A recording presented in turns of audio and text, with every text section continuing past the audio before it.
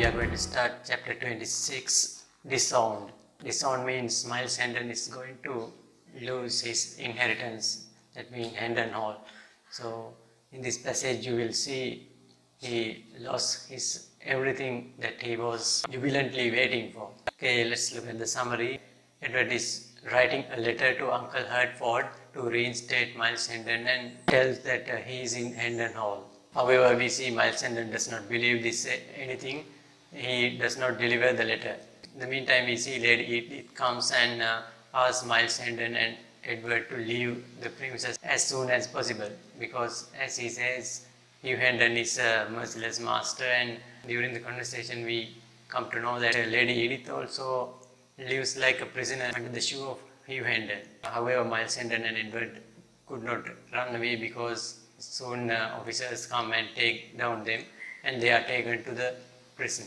At the beginning of the chapter we see Miles Hendon is seated in one place and the Prince Edward is seated in another place, and both of them are worrying about two different matters. So Miles Hendon is worried about his total loss, and meanwhile the king is wondering why nobody is searching for the prince, because the prince has lost for a certain time. So it should be noticed in the palace, and the palace should send somebody to search for the prince. So he is wondering about that factor. So the prince comes out with a plan to restore Hendon's properties and restore himself in the palace. So prince is going to write a letter using 3 languages to his uncle Hertford.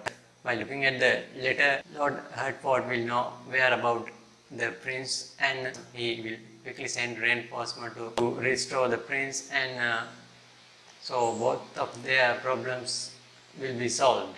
So the irony is that though the answer is at hand, Hendon does not believe the prince's identity. So he does not deliver the letter and he puts the letter inside his pocket. However, he wonders about the way the boy commands to him, and he believes his nature of commanding is suitable for a king.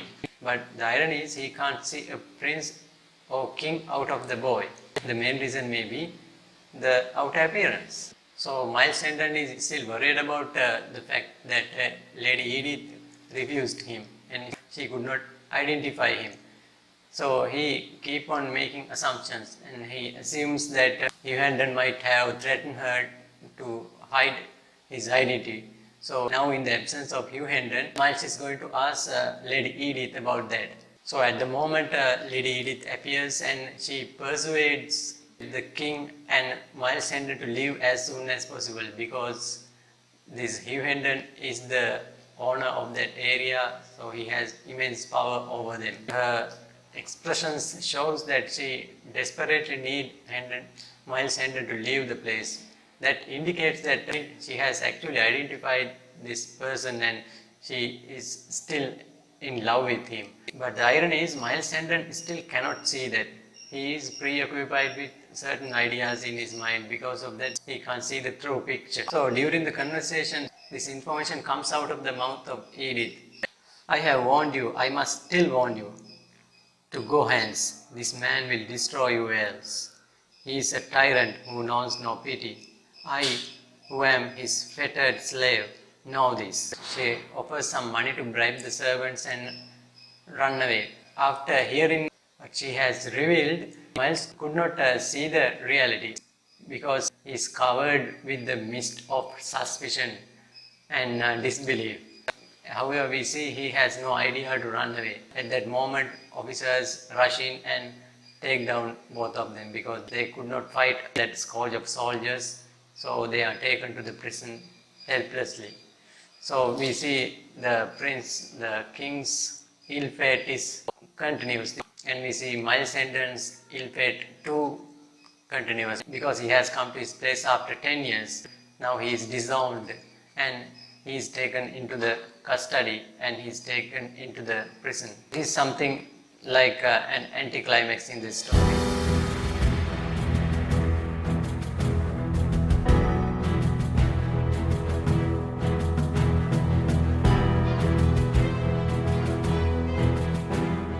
We are moving to chapter number 27, in prison. This chapter is very important because the experiences he got in the prison, Edward completes his voyage of learning to be a king. So in that sense, this chapter is significant because it gives an understanding to the king why actually he should be the king. Summary reveals Miles Hendon's and Prince's life in the jail. In the jail, Miles Hendon is humiliated, calling the impostor. In the jail, he meets one of his old servants called Blake Andrews. Blake Andrews provides him some good food and some useful information. He reveals what has really happened in the family, and he brings some useful information about the outside world. The king finds two caretaking women help him to cover up his sadness and miserable life. Unfortunately, they were burned at the stake. So if we read through the chapters, we see for the first time the king experiences the ill-healthy condition in prison life. So again he feels humiliated about the humiliation given to his royal body. Miles Hendon's situation is worse. He is in a sort of delirium because he has no idea what really has happened to him after this tiresome journey. He sees no future, or he finds his future is at stake. As he says, he felt much as a man might who had gone blithely out to enjoy a rainbow and got struck by lightning. In that state of dilemma, Miles Hendon suspects Edith's loyalty and he wants to hate her, but still he cannot make up his mind to do so. That shows he still loves her. The prison king experiences the corruption of the law and the ill-healthy condition in the prison, as well as the miserable life that prisoners led in the prison.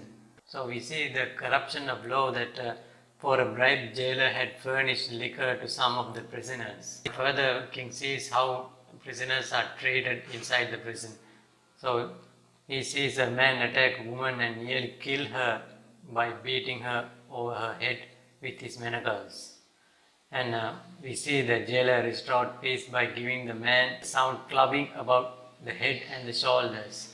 So this prison is not a healthy place for a human to live. There is always shouting and mourning and beating and crying and agony is everywhere. And we see there is no place called human right at that time there, because nobody cares about the human inside that.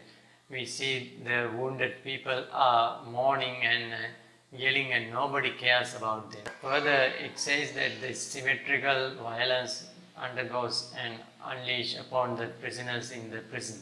Luckily, Miles Hendon's one of the servants appeared by the jail bars. However, Miles Hendon does not believe him also, because Miles Hendon has become a bitter person after the experiences of broken trust he experienced. However, Blake Andrews provides some useful information and identifies his master, and he relates the true story behind this Hendon Hall. He reveals the past story of his father and brother Arthur and Lady Edith. And we see Blake Andrews provide them with some good food.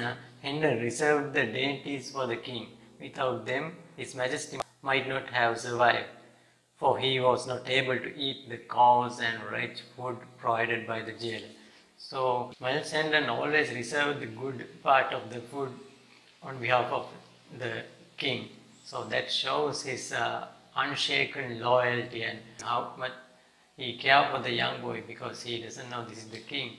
And in that sense, his sacrifice is very special because it is a selfless sacrifice. So through Blake Andrews, Miles come to know the truth that how his father and Lady Edith became victims of the treachery and the cunning behavior of Hugh Hendon. And he further hears about a rumor that Hugh Hendon killed his father in order to obtain the power and the possessions. And he further hears that Lady Edith continuously undergoes the violence of this Hugh Hendon. As Blake Andrews says, after the death of father, he has come out of his disguise of sweetness and truly became a monster and a tyrant. So that reveals how Hugh Hendon became a corrupted person because of this utmost power he possessed. Through Blake Andrews, the king hears the most dreadful news that new king is going to be coronated. So he is in a puzzlement because the rightful king is here, then how come a new king is going to be coronated? And he further hears the power corruption inside the palace. He hears the news how Lord Hertford used Tom to gain the utmost power that was of the right hand of the king, the Earl of Hertford. He further gets the information that though the present king is somewhat mad, his kindness and merciful ruling has become a very popular factor. This news struck amazement into the mind of Edward because he has never thought that the pauper boy could behave in such a royal manner. So, seeing this transformation in the palace, he wants to go to London immediately, and he has become somewhat impatient and irresistible. So, Miles Hendon tries to console the fury of the king, but he could not do so. So, somehow Edward finds another two caretakers who understand the situation of the prince, and their warm, sweet, caring nature consoles the mind of the prince. So he finds friendship and companionship again. During the conversation, he understands that the two women were accused for following a prohibited religion. Those two women are Baptists. According to the historical record, following that kind of religion is a serious crime at the period of time.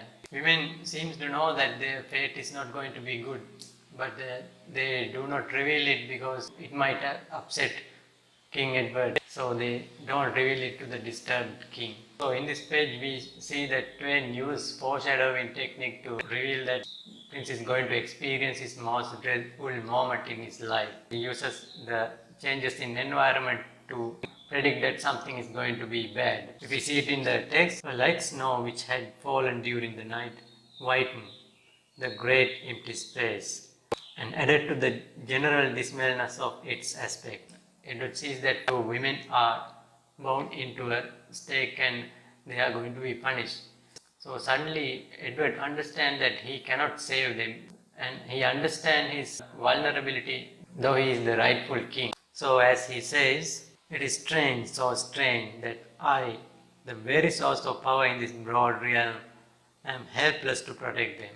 So to the grave surprise of the king sees that two women are being burnt alive. So this is very similar to the incident of Yokel, that two women are being burned in front of their only daughter, who will be an orphan and will be alone in this world with strangers. So in his first hand, the prince experiences the ugliness and unreasonable and unjust nature of the England law, which had been implemented by his father and forefathers. So king has turned away because he cannot see two caretakers are burning alive. This very incident has had an everlasting impact on the king because he is not going to forget this incident. He is going to think about this and dream about this day by day. As he says, that which I have seen in that one little moment will never go out from my memory, but will abide there. And I shall see it all the days, and dream of it all the nights, till I die. Would God I had been blind. So he sees the wrong done by the royal laws to the innocent mass. So this is a very serious phase of king's education. So he realizes, he sees the reality and he realizes. This opens the eye of the king to think about the laws and think about the suffering of his own people. Again, Miles Hendon is wrong about the king. He thinks now king is silent, he is not making any fuss or blunder because he has cured his madness. But the reality is king understood his vulnerability. Though he is the king, he sees that he is not powerful. Because of that, he wants to go to London quickly and reinstate his royal estate to do something. In the next passage and in the next passage of time, the king experiences unjust law practice upon innocent poors, how corrupted the law system and how corrupted the law and practice system, and how people are suffering because of this law, how people are unjustly punished for things which are menial and insignificant. So the king sees how a married woman who stole a yard or two clothes was sent to be hanged. And he further sees a young man who was set up showing false evidences and sent to gallows. And he further sees how a person who possessing a bird calling a thief sentenced to death. So this kind of trivial matters were punished in a severe manner. The king experiences this everything and he realizes these things are wrong. So he wants to go to London and quickly reinstate himself, and he wants to change these laws to protect his citizens. So this passage is very important in the sense of unjust laws practiced in England in that period of time. So this passage of learning seems to be the climax of Prince Edward's learning, because he sees the unjust nature of this practice of law. Because of that, he's going to change these things. He wants to change these things. And when we look at the history, he has done that. He has lifted certain unjust laws and eradicated certain unjust punishment from the England soil. So this is in a way a revealing of villains in this story. Actually, who are the villains in this story? As we see, villains are the powerful people who govern the system. And in that very system, we find Miles Hendon is a true hero because he selflessly sacrifices his everything on behalf of this young boy. But ultimately, he is protecting the crown. So because of his action, he is going to secure the future of the England.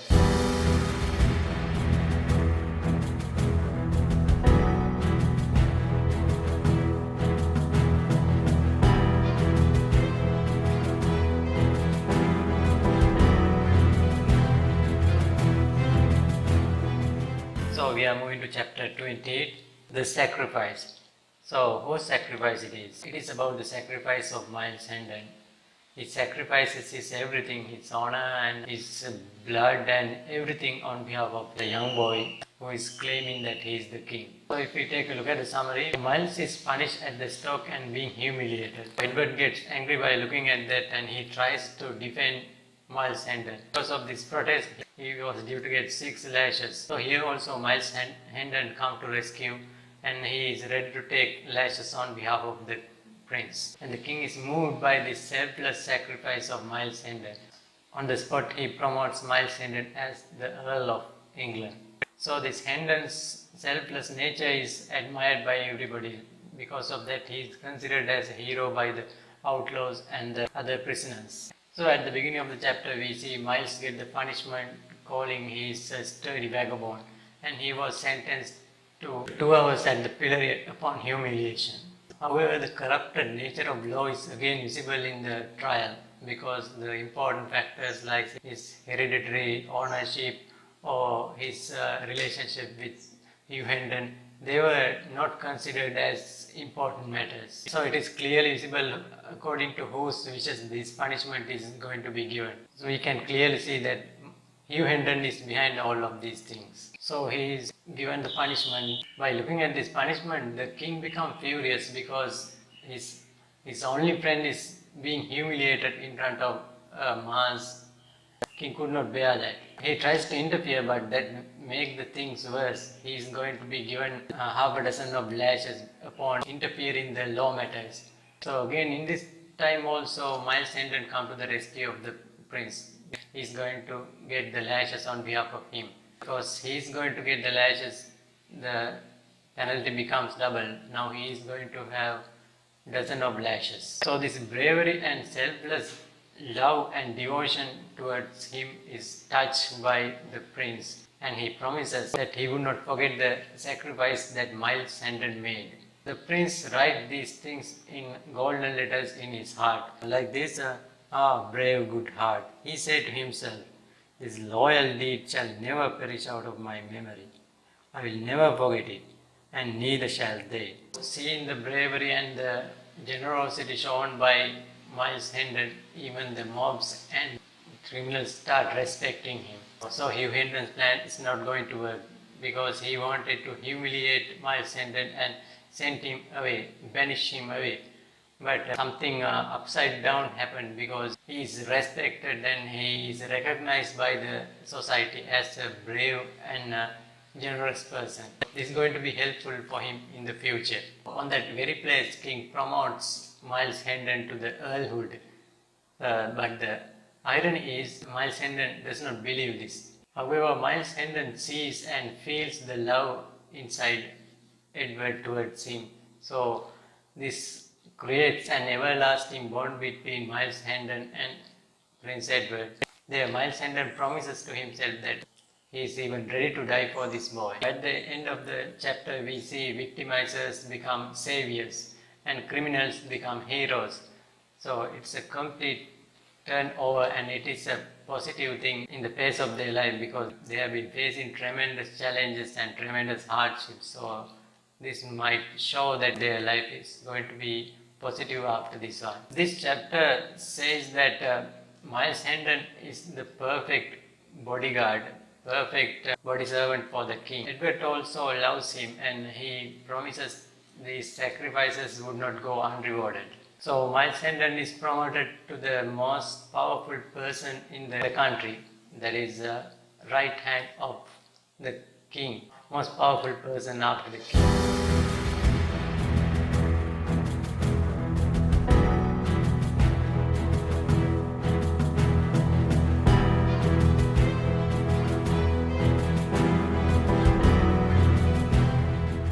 So we move to the chapter number 29, to London.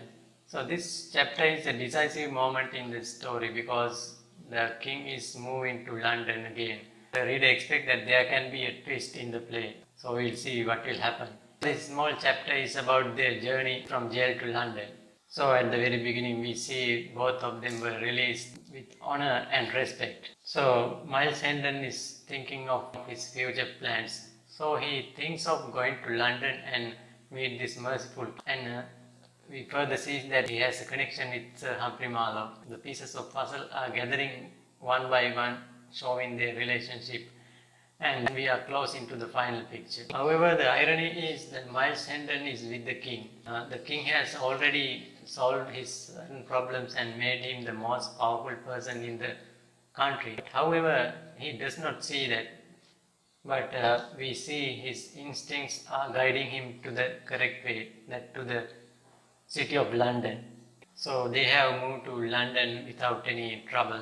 And when they are walking through the London Bridge, we see the incident based to the famous nursery rhyme, London Bridge is falling down, my dear lady. As we said before, along the London Bridge there are decaying heads of people impaled into the iron spikes. Here we see a Pomaduke's decaying head is falling down and it is passing like a football from here and there. This shows the nature of powership in a country. When a new king is crowned, the former king's noble people and higher officials were sometimes murdered and sometimes deprived of their rights. They were imprisoned and certain things happened.